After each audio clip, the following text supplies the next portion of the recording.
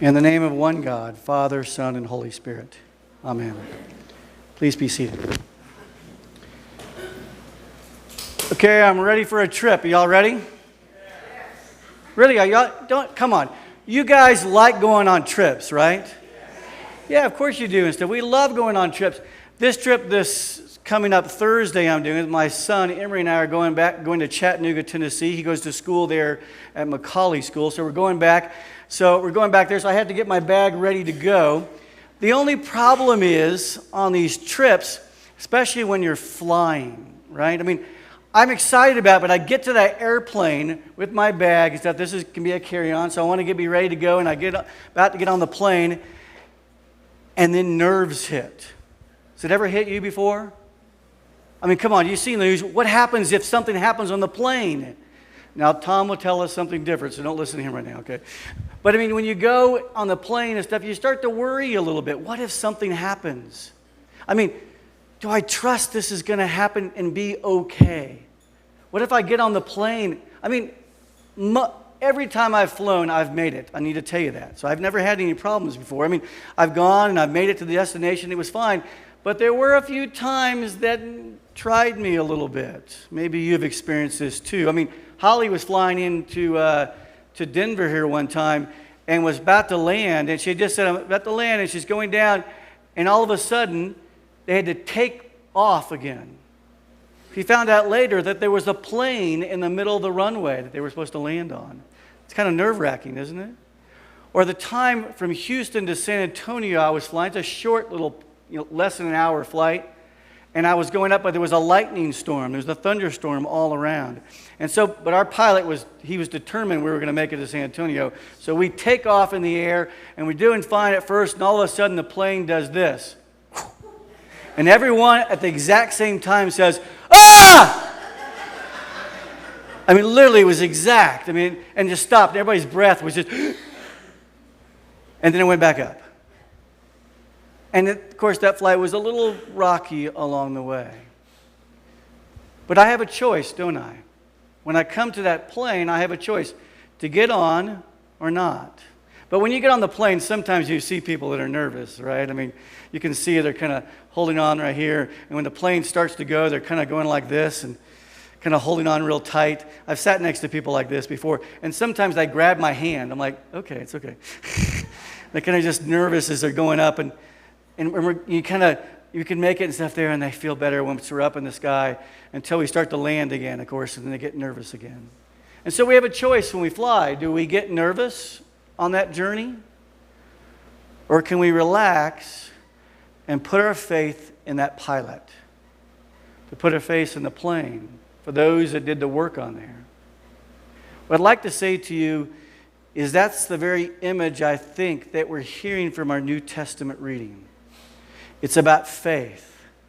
It's about allowing our faith to not be our own, but to be God's.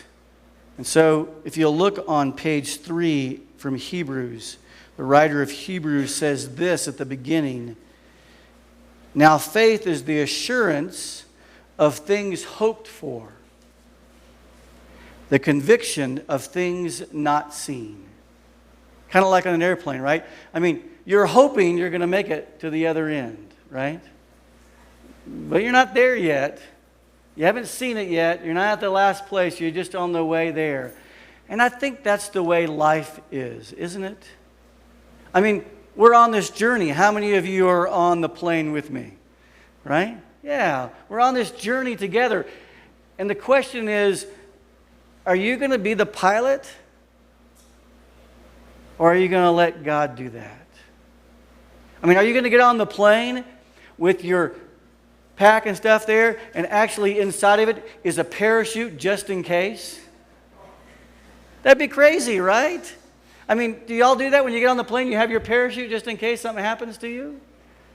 Some of you do.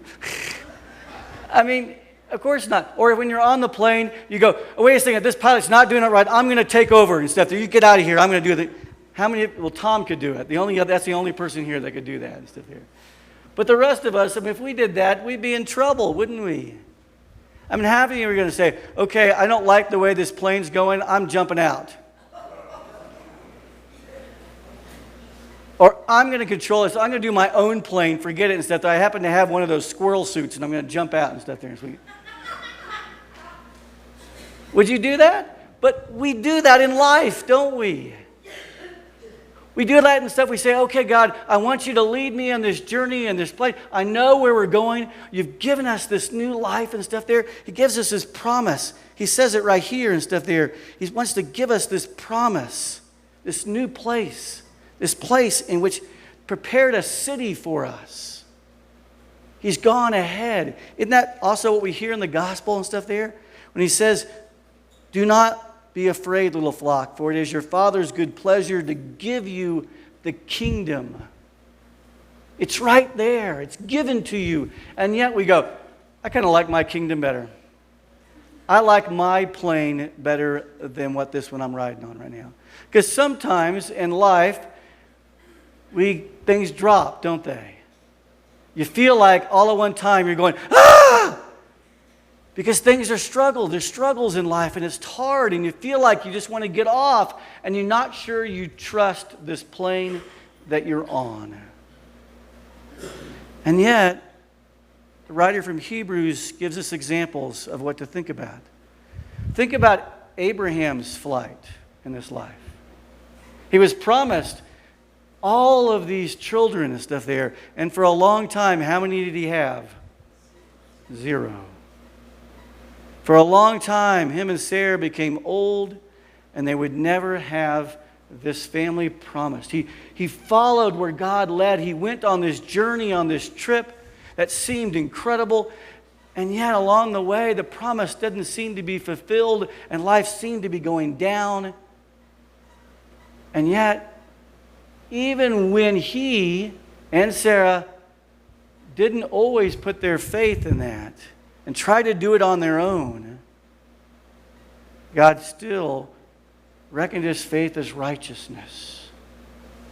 He saw him in his faith. He followed where God led, and God gave him the faith to believe, to give us these descendants, the stars, as many as the sky, and descendants as many as the sands in the sea. Do you know who those descendants are? You are. Because it's by faith. It's not about the biological thing, though that's part of it a little bit. It's about the seeds through Jesus Christ in faith that you and I are become these stars, this sand, because of faith. A faith given to you not on your own, because heck, you can't fly the plane, can you? I mean, we'd crash. And we do so often. We end up taking the plane this way and that. Abraham did it too. Don't feel bad. He tried to control it for a while and stuff, didn't he? But then he put his faith in the God who loved him and stuff there. And so we look at this, and they were just seeing it from a distance. But at the end of this reading it says, but as it is, they desire a better country that is a heavenly one. Therefore, God is not ashamed to be called their God. Indeed, he has prepared a city for them. And he's prepared a city for us. But you and I right now are still on the plane. We're still on this journey, aren't we? He's prepared. We know where we're going. We're going to this incredible place in which God has made for us. But right now, there's some turbulence going on. Right now, we're just trying to hold on. The question is, will you today allow God to fly?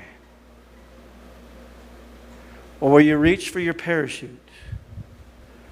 Or for the controls? Will you allow God to be God? In the gospel it says, do not be afraid, for God's good pleasure is to give you the kingdom. It goes on and talks about treasures And where your treasure is where your heart is. And so that treasure, is it God? Or is that treasure the things that you possess to hold on to? What is your parachute? What is the bag that you're holding on to that you think will give you the strength or be able to fly the plane for you? It's kind of silly, isn't it? We think that. We think that what we have, these things that we hold on to, is somehow going to lead us someplace. That this bag right here is somehow going to fly the plane. It's that silly, isn't it? Somehow my house is going to give me a new life. You ever been in an empty house? It's not life, is it? But when you have a house that's filled with God's love and people are caring for one another, there is that home. This God desires for us to be able to have that type of place. And yet we go back and hold on to what is secure. So where is your treasure? That's where your heart is. Your treasure with this God who desires love and provides this place? Or is it on the security that you believe will give you that life? It goes on, it says, then be dressed for action and have your lamp lit. What does that mean? Be dressed for action. Well, how many of you today, did y'all ever fly when you used to have to dress up on an airplane? Right? I mean, it used to be when you go on an airplane and stuff there, you'd have to look nice and stuff. Today, what do they wear? They wear your pajamas, you can wear a short, it doesn't matter, whatever, I didn't hear, but whatever that is and stuff there, you can wear whatever you want and stuff there. But I think what he's saying is that we need to be dressed in the grace and love of God. We need to be able to shine so that others can be present and know that our trust is in God. When you get on the airplane, do they know that you trust God? Or are you holding on like this? I went on a flight one time, and I don't remember where I was going and stuff there, but I remember the person that sat next to me. She got on the plane, and she had just found out that her son had been in a horrible accident. And she was just struggling, and you could see the tears just forming in her eyes. And I just held her hand and I said, what's going on? What she needed was somebody that had faith, that had hope. Right now she was flying to where her son was, not sure if he was going to be alive when she got there or not. And she needed somebody who could shine a light, that could show that there is something more than the stuff. That there's something more than this temporal in this world. There's something more to hold on to than the things that we think will save us. That there is a God who will be present with her and with her family and with her son. She needed to be able to see faith. And that's what I think we're meant to do, is to stand up, to be able to dress for action, be ready and present along our flight. And our flight happens at the grocery store, and our flight happens over in your family, and your flight happens in this church, and the flight happens in your workplace, wherever that is, that's where we're heading, right? And along that journey in your flight and stuff there, where you allow the God who leads you, and you're dressed for action, and you show the light of Christ along that journey, then others along that can let go too. And put their faith in the God who loves them also. And has provided a home for them, a place.